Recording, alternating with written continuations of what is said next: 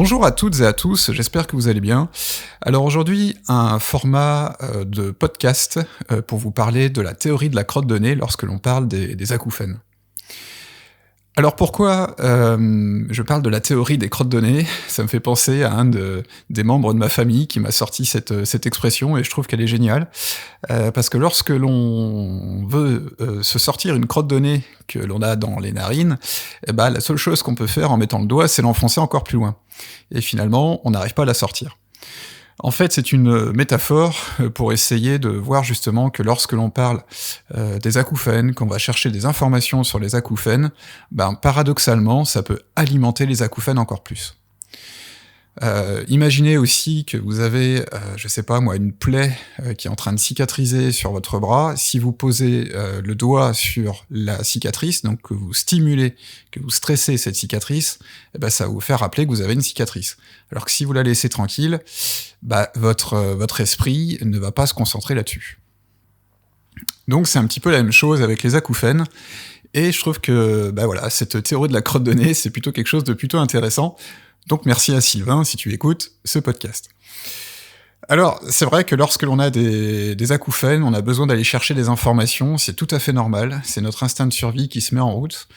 Voilà, c'est un problème, et lorsqu'on va voir des professionnels de santé, comme des médecins, des ORL, on peut vite se retrouver démunis, parce qu'il faut savoir qu'il n'y a pas de traitement médicamenteux à ce jour pour traiter les acouphènes.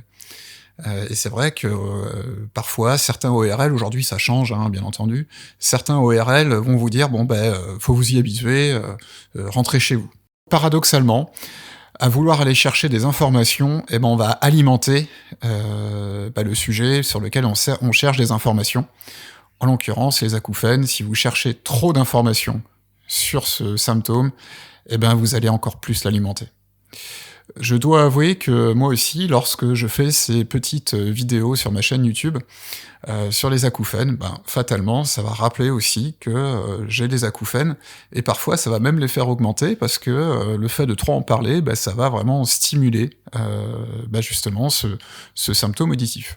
Quoi qu'il en soit, si vous voulez vraiment avoir des informations positives sur les acouphènes, je vous encourage vraiment à garder en tête qu'il y a vraiment trois grands secteurs. Le premier, c'est bien entendu les problèmes d'audition, donc je vous encourage vraiment à faire attention à votre audition, surtout pour les professionnels du son, pour les loisirs également, hein, tout ce qui est cinéma, concert, restaurant, etc., etc.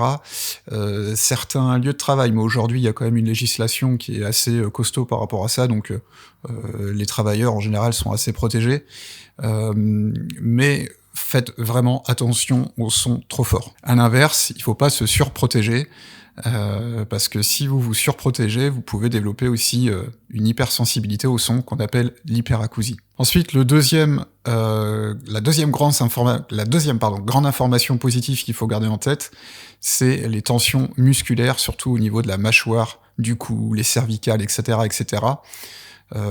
Parfois, on peut trouver le nom du SADAM, ou le DAM aujourd'hui, des AM, c'est vraiment les gens quand ils serrent un petit peu trop les dents, qu'il y a des problèmes de tension. J'ai fait des vidéos là-dessus, mais quoi qu'il en soit, c'est vrai que les tensions musculaires au niveau de la tête, de la mâchoire, du cou, les cervicales, vont aussi avoir un rôle dans la perception des acouphènes. Et enfin, la troisième information positive qu'il faut garder en tête, c'est l'anxiété, le stress chronique par rapport aux acouphènes. Ça, c'est clair que les acouphènes sont friands de la peur, de l'anxiété, et doutez-vous bien que des émotions comme la colère, comme toutes ces émotions, la frustration par exemple, ce sont quand même des émotions qui sont issues de la peur. Mais gardez bien en tête que le stress chronique, la peur vont vraiment alimenter les acouphènes. Voilà, j'espère que ça vous aura aidé. Donc rappelez-vous bien de cette théorie de la crotte de nez. Plus on veut chercher les informations sur quelque chose qui nous dérange, plus on va alimenter cette chose. Allez, prenez soin de vous et à bientôt.